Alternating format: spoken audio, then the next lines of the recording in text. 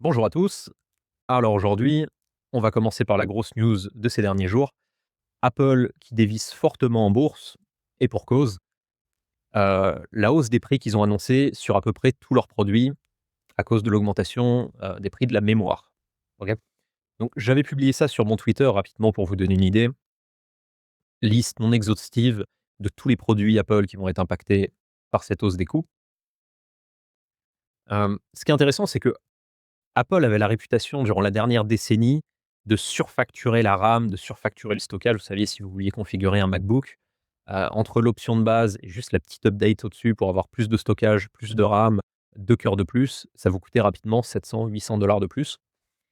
Et là, maintenant, la dynamique a changé, le pricing power maintenant est du côté de Micron. C'est un marché de vendeurs, et non plus d'acheteurs. Et du coup, bah, ils passent à la caisse, mais Apple étant Apple, vous savez, la trillion-dollar compagnie ne peut bien sûr pas voir ses marges se compresser, donc il passe et répercute ses coûts sur l'utilisateur final. Maintenant, c'est la faute à qui?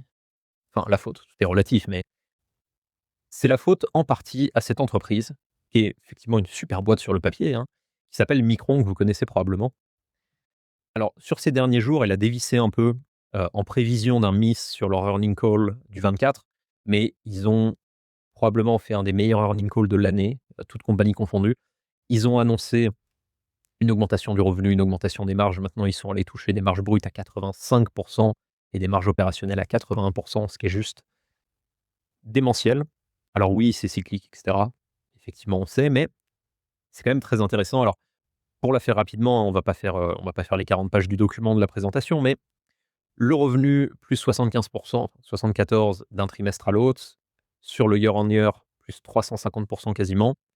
La performance, elle est drivée majoritairement sur le segment DRAM qui représente 3/4 de leurs revenus et le segment NAND qui représente le dernier quart.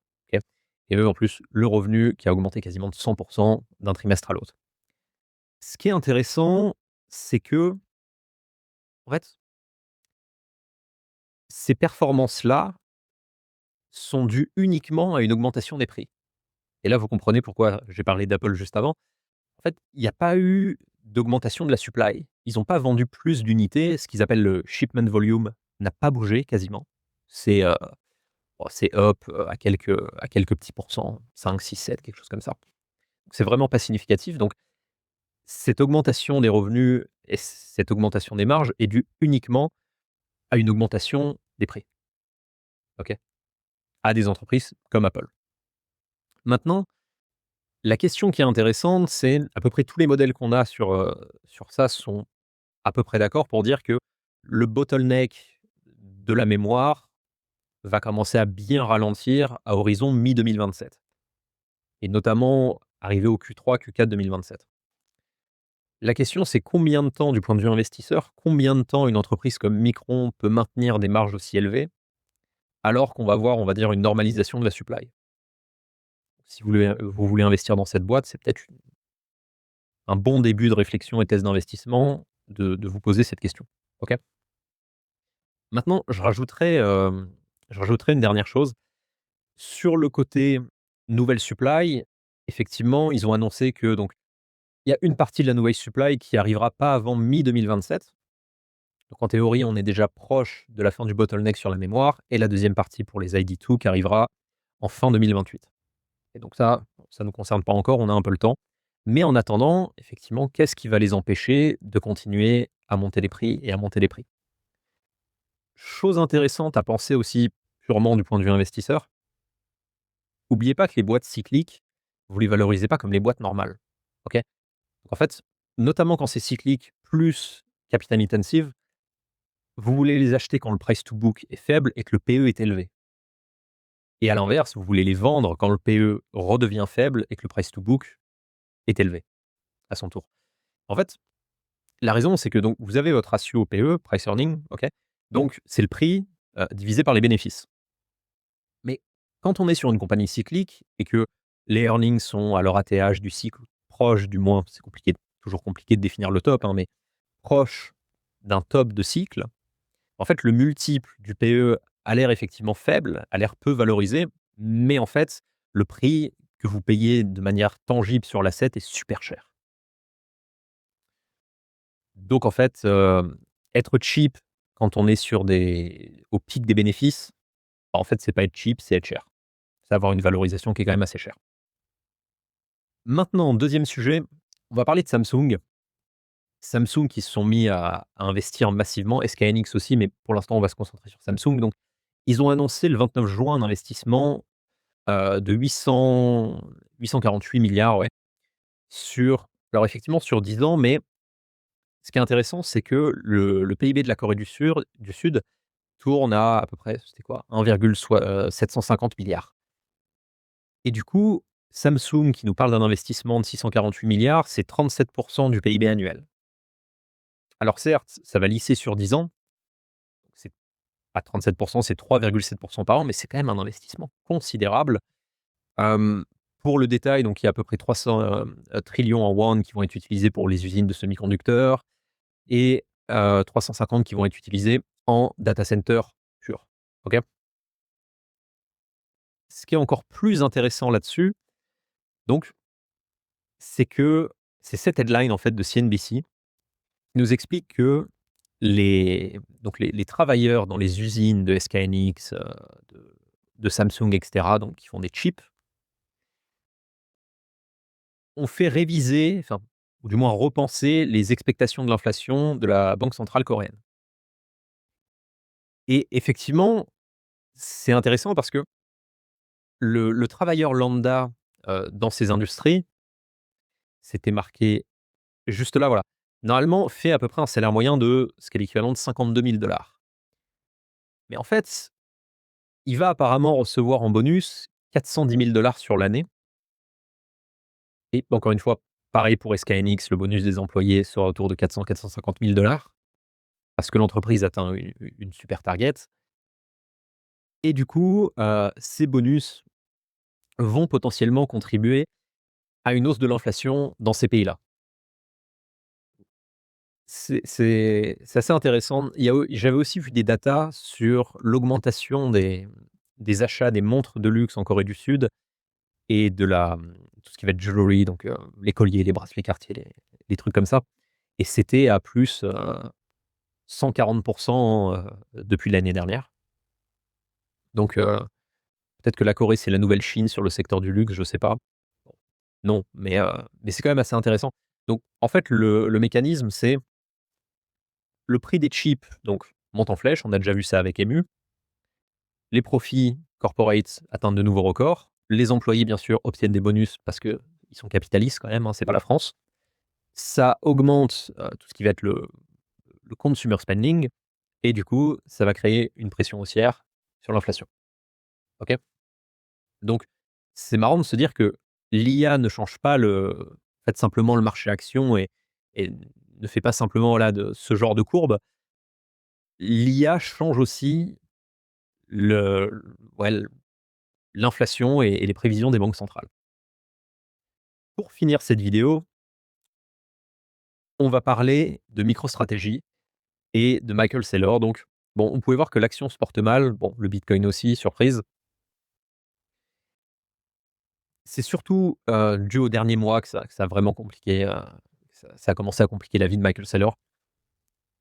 Ce qui est intéressant sur MicroStrategy, c'est que, en fait, la formule n'a jamais fait sens. En fait, MicroStrategy, c'est quoi? La formule MicroStrategy, réellement, c'est quoi? Vous prenez les capitaux qui rentrent dans MicroStrategy, vous enlevez les capitaux qui sortent et vous enlevez aussi les capitaux qui sont détruits par le management, en salaire et compagnie. Vous enlevez les capitaux qui sont détruits par tous leurs trading fees, banking fees, et cetera, et vous enlevez aussi tous les capitaux qui sont détruits par leur marketing. Et du coup, en fait, c'est vraiment un jeu à somme nulle. Et d'ailleurs, j'ai appris récemment qu'il y a plus de 60 de tous les bitcoins qui ont été achetés par MicroStrategy, qui ont été achetés dans les 365 jours suivant l'élection de Trump, donc notamment sur l'année 2025. Effectivement, vous regardez les prix du bitcoin en 2025, vous regardez les prix du bitcoin aujourd'hui, le drawdown est sévère. Je voulais aller rapidement un peu plus en détail sur cette boîte. Hem, vous savez, une des manières de valoriser des entreprises, en bourse, c'est de regarder la net asset value. Alors c'est peut-être une métrique qui est considérée comme has been pour beaucoup aujourd'hui, mais ça peut toujours être intéressant. En fait, MicroStrategy, donc qui est une entreprise, oui, qui a un coffre en fait à Bitcoin quoi, a passé beaucoup de temps en fait, à peu près la moitié de sa vie en bourse en tant qu'action cotée, à trader au-dessus de sa net asset value, à trader au-dessus de la valeur du Bitcoin qu'elle avait dans ses coffres. Et il y avait aucune raison pour que MicroStrategy trade au-dessus de sa NAV, à part, la FOMO, des degen crypto et des fanatiques de Michael Saylor. On voit qu'encore une fois, comme en 2022, où le Bitcoin est descendu en flèche, elle recommence à retomber en dessous de sa net asset value, mais je trouve ça quand même fantastique. Et encore une fois, un testament que à l'efficience des marchés, voilà, de voir une boîte comme ça qui a tradé à un premium de 3 fois sa net asset value à son pic. Assez intéressant. Je voulais aussi vous partager cette une. Donc, depuis le jour où Michael Saylor a fait la une de Forbes, le stock de MicroStrategy est down de quasiment 72. Donc, vraiment, ces entreprises Forbes, The Economist, le New York Times, etc., à chaque fois qu'ils mettent un truc à la une, c'est que c'est le top du cycle. Vraiment, ces gars-là sont notre boussole qui indique le sud. Vous pouvez pas vous tromper. 9 fois sur 10, ça marchera. C'est vraiment quelque chose qu'on voit se confirmer quasiment à chaque fois. Assez, assez intéressant. Et maintenant, je voulais vous parler aussi de STRC, qui est, on va dire un money market fund de MicroStrategy et de Michael Saylor, qui lui aussi très récemment, hein, est en train de se péter la gueule. Chose qu'on n'avait pas vue depuis donc son IPO en juillet 2025. En fait, alors concrètement, qu'est-ce que c'est? En fait, donc c'était la plus grande IPO d'ailleurs de 2025, qui a commencé à 2,5 milliards il me semble. Et en fait, c'est des actions préférentielles qui ont pour but d'éliminer la volatilité du Bitcoin et la volatilité du coup de MSTR, de l'ETF MicroStrategy, parce que comme vous pouvez le voir effectivement, c'est volatile, comme le prix du Bitcoin encore une fois, hein. Donc en fait, Michael Saylor avait ce problème de: «Ouais, mais les gens, ils veulent pas investir dans mon fonds parce que, bah, c'est trop volatile, quoi». Au-delà de simplement ils pourraient juste acheter du Bitcoin et pas me payer de fees, quoi. Et du coup, ils se sont dit: «OK, on va éliminer la volatilité du Bitcoin en créant cet instrument-là et on va le remplacer par une dividende». En fait, voilà, c'est un peu une formule de money market fund, pour ceux qui connaissent. La dividende, elle a commencé donc quand le fonds a été lancé fin juillet dernier, a commencé à 9. Elle est montée jusqu'à 11,5 à peu près, 7 mois après. Ce qui est intéressant, premièrement, c'est que dans le règlement intérieur, MicroStrategy est le seul décideur, heu, de la hausse ou de la baisse, de la modification du taux de rendement mensuel, de la dividende. Première chose à savoir. La deuxième chose à savoir, c'est que concrètement, ce revenu, même si bon, sur le papier, il a l'air stable, bon, jusqu'à ce qu'il le soit plus, mais dépend fondamentalement d'une seule chose, c'est le prix du Bitcoin. Ah ouais. Et le Bitcoin, c'est une asset qui génère aucun cash flow, qui génère pas de yield, qui génère pas de dividendes, qui génère pas de bénéfices, qui génère pas de taux d'intérêt, en fait. Et du coup, vous vous retrouvez avec un instrument qui a, voilà, un profil un peu obligataire, dont la capacité à rembourser, si vous voulez, enfin, dans la capacité de remboursement dépend d'un sous-jacent qui produit rien. OK? Et si vous comparez ça avec n'importe quel autre actif qui a un vrai cash flow, une obligation, par exemple, ça vous paye sur le résultat opérationnel. La dividende, ça vous paye directement sur les bénéfices de l'entreprise. Heu, un immeuble de rapport, bah, ça vous paye sur les loyers qu'ils collectent. OK? Sur ces produits-là, normalement, l'obligation, en fait, et la source de remboursement sont liées. OK? Et ça crée un genre de plancher de sécurité qui fait que, bah, ça peut être intéressant d'investir dans ces trucs-là. Sur STRC, en fait, bah, il y a pas de plancher vu que le sous-jacent produit rien. Et le problème va encore plus loin, si on gratte un peu plus profondément, c'est que STRC, la politique de dividende est contre-cyclique. Mais bon, je veux pas trop vous embêter avec les détails techniques, mais en fait, quand le cours de STRC baisse, comme maintenant, en fait, MicroStrategy est obligé de monter les taux, de monter la dividende pour défendre le prix.